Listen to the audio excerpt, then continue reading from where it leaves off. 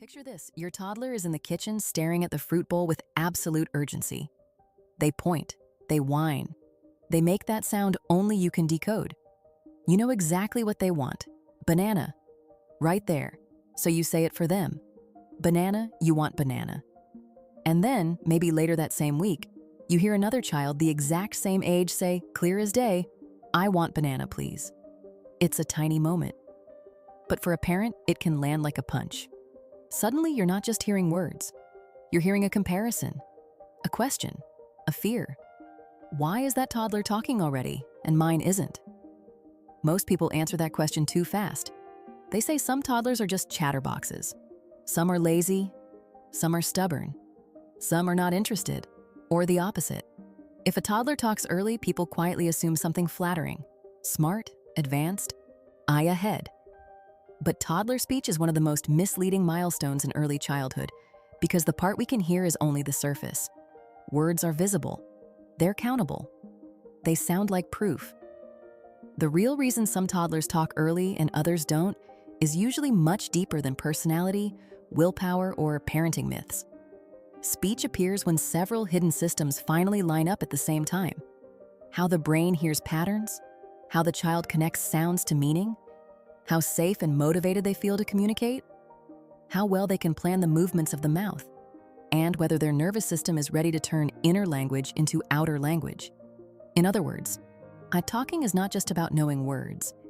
It's about when the whole system is ready to release them, and that changes everything, because most language development is invisible long before it becomes audible.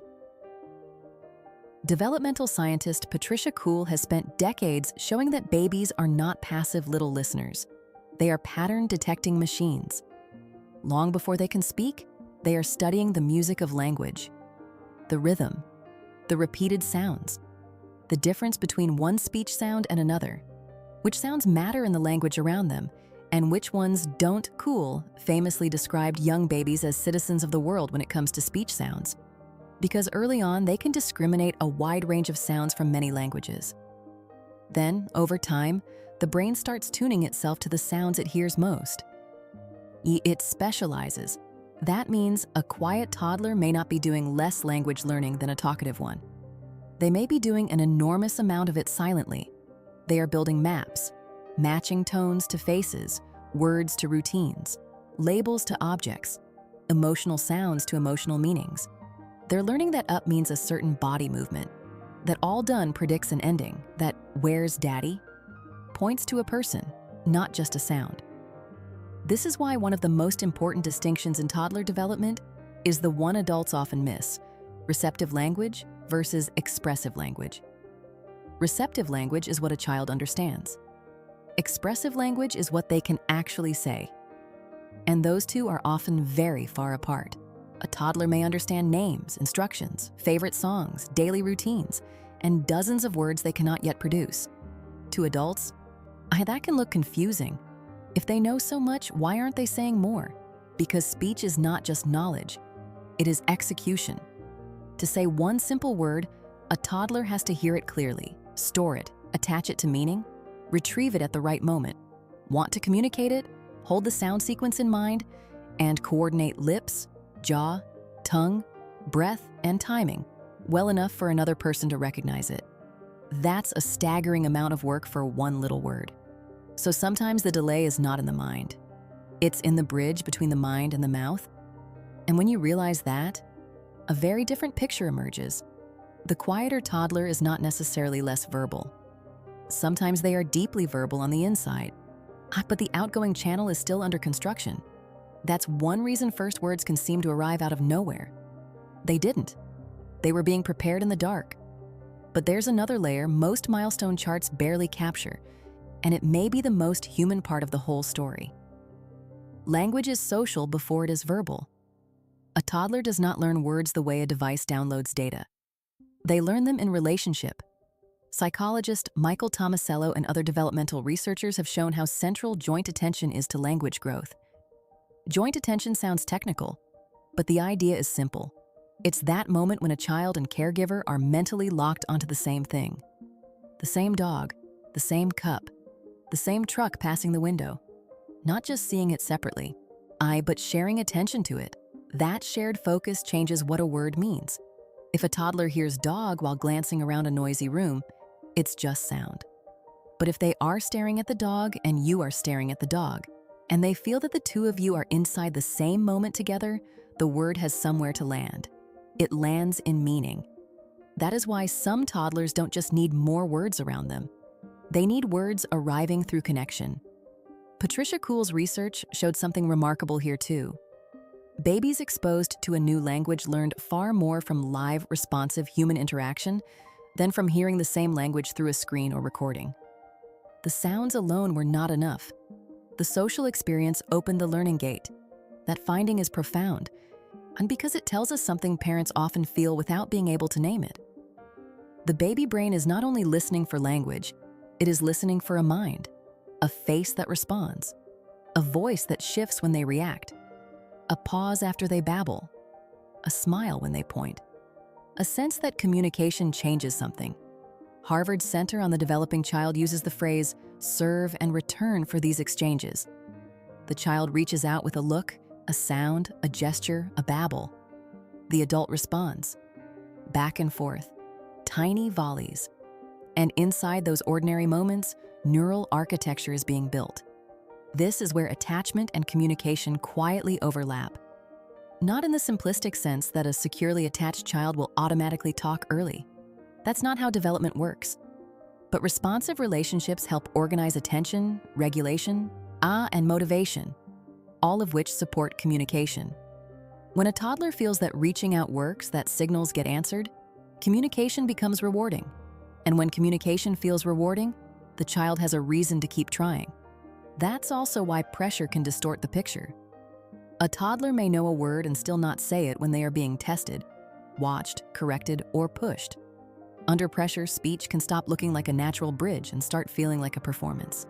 Some children will still perform, others freeze. Edward Tronick's Still Face experiment, though not a language study, reveals something deeply relevant here. When a caregiver suddenly becomes emotionally unresponsive, even briefly, babies react with distress. Human infants are built for reciprocity, like they expect communication to go somewhere. Speech develops inside that same expectation. Not just can I make a sound, but will it land? And that brings us to one of the biggest emotional reframes in this whole conversation. What many adults call not talking is often not a lack of communication at all. It is communication in an earlier form. A toddler who points to the fridge, looks at you, and vocalizes is not doing nothing. A toddler who drags you to the door, shows you a toy, lifts their arms to be picked up, or looks back and forth between you and an airplane in the sky is already doing something cognitively sophisticated. They are directing attention, making requests, sharing interest, inviting your mind into theirs. Research by psychologist Susan Golden Meadow has shown that gesture is not just cute extra behavior. It often reveals what a child knows before speech catches up. Gesture can be a window into language before language is fully spoken. A point is a thought made visible, and a frustrated grunt is often an unfinished sentence. That matters because it changes the emotional meaning of so many daily moments. The toddler meltdown when they can't make themselves understood may not be drama in the shallow sense. It may be the very real pain of having a message bigger than your current tools. The thought is there. The code is not stable yet. Once you see that, silence stops looking empty. It starts looking full of effort, full of mapping, full of attempts that haven't become words yet. And then there's temperament, which changes the timeline more than people realize. Some toddlers seem willing to learn out loud. They babble boldly, approximate freely, say words half right and keep going. Their communication style is public, messy, experimental. That gives adults a lot to hear. Other toddlers seem more cautious. They watch, they absorb. They may rely on gesture longer. They may seem to wait for a more stable version before producing the word. To the adult ear, that can sound like delay. But sometimes it is a different style of entering language. Not better, not worse. Different. The same is true for nervous system load. A toddler who is working hard on regulation, sleep transitions, sensory processing, big motor leaps, or navigating a noisy world may simply have more internal traffic. Development doesn't always unfold in neat parallel lines. One system surges, another quiets, then the balance shifts again. And in multilingual homes, the picture can be even easier to misread. A toddler exposed to 2 languages may distribute words across both. If you only count one language, they can look quieter than they really are. But the brain is not confused by being given more than one map. It is organizing more than one map. So yes, the timeline can look different. Different is not the same as broken. At the same time, this is where honesty matters. Not every child who talks later is simply a silent genius waiting for the perfect moment. And parents deserve more than vague reassurance. The real question is not just, how many words does this toddler say? The deeper question is, how is this toddler communicating overall? Are they trying to share attention? Pointing, showing, bringing things over? Do they respond to sounds and voices? Do they seem to understand familiar words and routines? Are they trying, in whatever form, not to connect? Because a toddler with few spoken words but strong gestures, good understanding, and active social communication can be telling a very different developmental story from a toddler whose spoken words are sparse and whose overall communication also seems limited. Patterns worth paying attention to include not just late speech, but weak response to sound or name, very little pointing or showing, difficulty with shared attention, not seeming to understand simple language, or losing words or skills that were there before. Those moments are not reasons for panic, but they are good reasons to look closer because early support is powerful. And sometimes the explanation is more practical than parents expect. Hearing differences, for example, can affect how clearly speech sounds are received, which affects how speech is built. And so when something feels off, paying attention is not overreacting. It's attunement. Still, for a huge number of families, the most healing truth is this. Early talking is not a moral victory. Later talking is not a parenting failure. We turn first words into a race because words are easy to compare. But from the child's side, it isn't a race. It's a convergence. Understanding, intention, motor planning, social safety, timing, and readiness are trying to meet each other in one tiny human body. When they do, a word comes out. And by the time that word arrives, months of invisible development have already happened. So the first word is not the beginning of language. It is the moment language becomes audible. That's why ordinary parenting moments matter so much. Not because you're supposed to engineer speech on command, but because when you notice what your toddler is looking at, name what they care about, respond to their gestures, and leave room for their turn, you are doing something much deeper than teaching words. You are showing them that inner experience can travel from one mind to another. That is the foundation of language. And really, it's the foundation of being human. So if you've ever worried because another toddler seemed miles ahead, remember this. One child may be broadcasting early. Another may be building quietly. One may speak before you expect it. Another may reveal all at once that they understood far more than anyone realized. Either way, what looks random on the surface often isn't random at all. It's development, it's wiring, it's relationship, it's a young mind deciding how to enter the human conversation. If this brought back a memory for you, I'd love to hear it. Was your child an early talker, a quiet observer, or one of those toddlers who seem to explode into language overnight? Tell me in the comments. And if you want more of these deeper, science-backed looks at what baby and toddler behavior is really saying, subscribe. There's a lot more happening in those ordinary moments than most of us were ever taught to see.